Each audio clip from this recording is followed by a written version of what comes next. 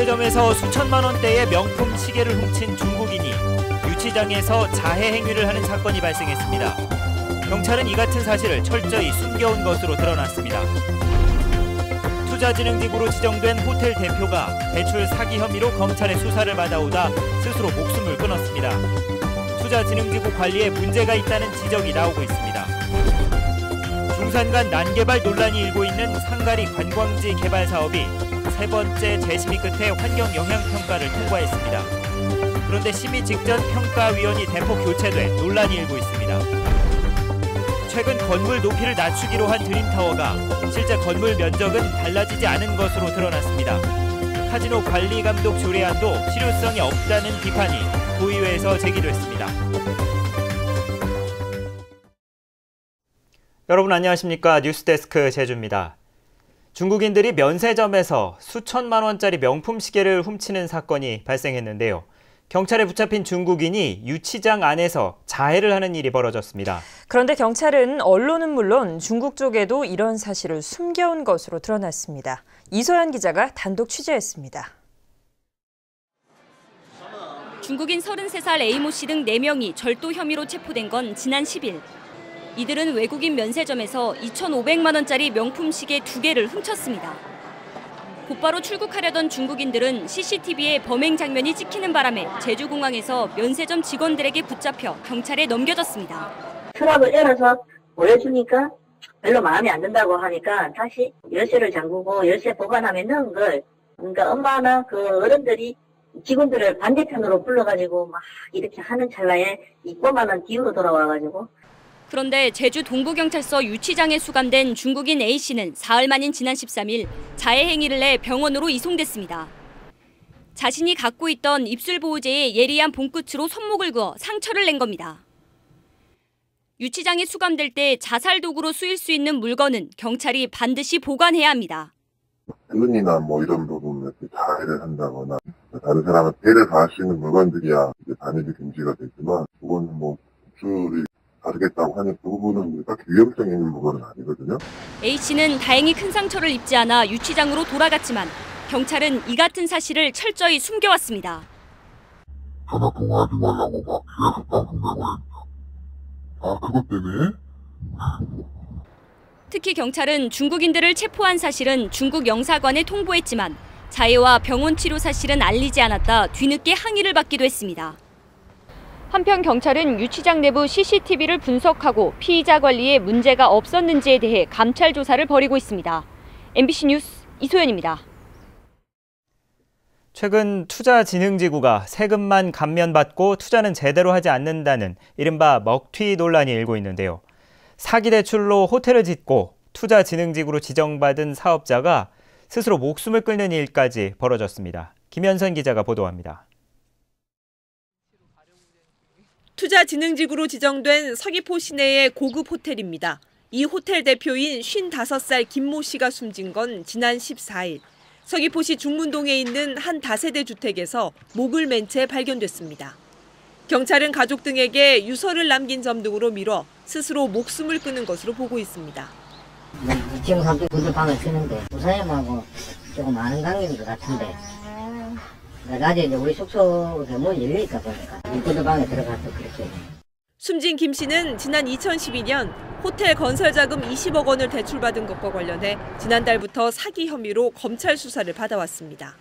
관광진흥기금을 빌리려면 사업자도 똑같은 금액을 투자해야 하는데 허위 세금 계산서를 발행해 투자 금액을 부풀렸다는 겁니다. 검찰은 김 씨에 대한 조사는 변호사가 입회해 이뤄졌으며 수사 과정에 강압은 없었다고 밝혔습니다. 김 씨가 숨지면서 수사는 종결됐지만 해당 호텔에 세금 감면 혜택까지 줬던 제주도는 관리가 허술했다는 비난을 피하기 어렵게 됐습니다. 그래서 투자진흥지구 쪽의 자부담을 저희 기금에서 하는 그런 걸 체크할 방법은 없었어요, 그 당시. 최근 4년간 관광진흥기금을 받은 사업장의 절반 가까이가 투자진흥지구로 지정돼 융자와 세금 감면 혜택까지 받고 있어 사후관리 대책도 강화되어야 할 것으로 보입니다. MBC 뉴스 김현선입니다. 한라산 천연보호구역 근처에 개발돼 환경 파괴 논란이 일었던 중국 자본의 리조트를 위해 제주도가 지하수를 개발해줘 특혜 논란이 일고 있습니다. 제주도는 서귀포시 남원읍 백통신원 리조트 근처에 하루에 지하수 2,000톤을 뽑아 쓸 수 있는 관정을 개발해 올해 말부터 수돗물을 공급하기로 했습니다. 제주도는 지하수 영향조사를 거쳤고 리조트 측으로부터 부담금도 받았다고 밝혔지만 중산간 지하수 개발을 제안해온 기존 정책과 맞지 않는다는 비판이 나오고 있습니다. 중산간 난개발 논란이 일고 있는 상가리 관광 개발 사업이 환경영향평가 심의를 통과했습니다. 이미 2차례 재심의 결정을 내렸던 심의위원들이 최근 대폭 교체된 뒤여서 통과를 위한 심의였다는 의혹이 일고 있습니다. 김찬현 기자입니다. 한라산 해발 500m 중산간지대. 이곳에 월드컵 경기장 14배 크기인 숙박과 한류문화 복합시설이 들어설 계획입니다. 이곳 사업 부지에 개발이 진행될 경우 환경훼손이 우려된다는 이유로 이미 지난해 2차례 환경영향평가 심의에서 재심의 결정이 내려졌습니다. 세 번째 환경영향평가를 위해 심의위원들이 직접 현장을 찾았습니다. 사업자 측은 건축 연면적을 1,500제곱미터, 객실수를 4실 더 줄였으며 주민들과 협의를 마쳤다고 설명했습니다.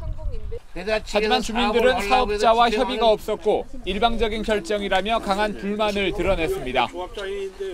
그저께 팩스로 지금 보낸 겁니다.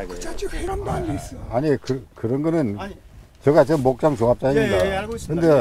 근데 그런 사실 저도 전혀 모르고 그런 뭐 열람을 한 바도 없습니다. 제주도청에서 진행된 환경영향평가에서도 주민들과의 협의 문제가 쟁점이 됐습니다. 국공유지를 개인 사업자에게 임대하는 것이 중산간을 보존한다는 원희룡 도정의 방침과 어긋난다는 지적도 잇따랐습니다. 이게 언뜻 눈에 보이기에는 협의가 끝난 걸로 보인단 말입니다. 사실은. 근데 지금 이 심의 보완이 하나도 안 되는 거 아닙니까, 사실은. 하지만 심의위원들은 환경영향평가 조건부 통과라는 결정을 내놨습니다.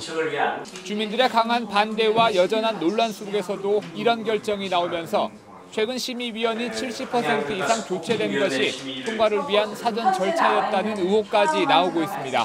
MBC 뉴스 김찬현입니다. 지난해 지방선거 당시 원희룡 지사는 초고층 카지노 빌딩인 드림타워 사업을 원점에서 재검토하겠다고 약속했는데요. 결국 드림타워의 높이는 낮추기로 했지만 전체 면적은 달라지지 않은 것으로 드러나 원점 재검토 공약이 무색하게 됐습니다. 현재훈 기자가 보도합니다. 최근 교통영향평가 심의를 통과해 올 상반기에 착공이 예상되는 드림타워. 사업자는 건물 높이를 56층에서 38층으로 낮췄지만 대신 몸집을 키워 건축물 전체 면적은 불과 1% 줄어드는 데 그쳤습니다.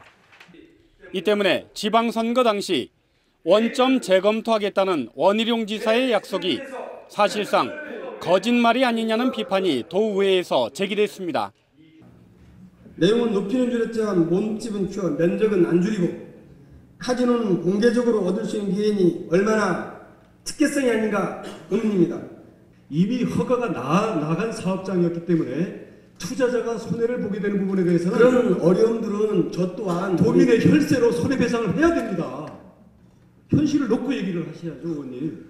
제주도 의회의 반대로 장기간 표류하고 있는 카지노 관리감독 조례안을 놓고 실효성이 없다는 비판도 나왔습니다.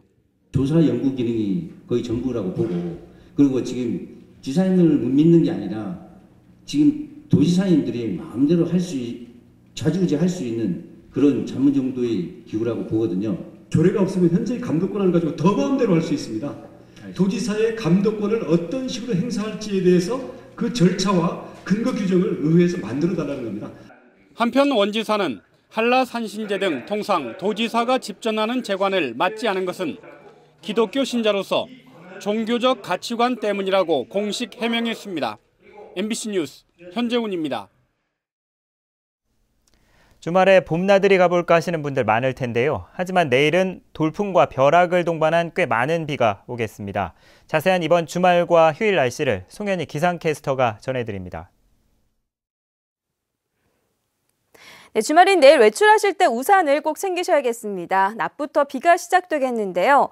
호우예비특보가 내려진 산간에는 120mm가 넘는 폭우가 쏟아지겠고요. 해안 지역은 30에서 80mm가량으로 남부 지역을 중심으로 많은 비가 집중되겠습니다. 또 이번 비는 벼락과 돌풍을 동반하면서 각종 안전사고에도 유의하셔야겠고요. 비는 일요일 늦은 밤까지 이어진 뒤 차츰 그치겠습니다. 다음은 자세한 지역별 날씨입니다. 네, 북부 지역의 아침 기온 10도에서 12도, 낮 기온은 21도 내외로 오늘보다 2도가량 높겠습니다. 서부 지역의 기온 13도 내외로 출발해서 19도까지 오르겠고요. 남부 지역은 예년 이맘때와 비슷하거나 조금 낮은 기온을 유지하겠습니다. 내일 아침 성산과 표선의 기온 12도, 구좌 13도, 낮 기온은 17도에서 19도가 예상됩니다. 네, 성판하게 아침 기온 8도 보이겠고요. 내일 산간에는 많은 비가 내리면서 빗길 교통안전에 유의하셔야겠습니다. 섬지역도 낮부터 비 소식이 있는 가운데 기온은 평년과 비슷하겠습니다. 해상에는 물결이 낮게 일겠지만 짙은 안개가 끼는 해역이 있겠습니다. 네, 다음 주에는 별다른 비 소식 없이 가끔 구름의 양만 많겠고요. 기온도 꾸준히 오를 전망입니다. 날씨였습니다.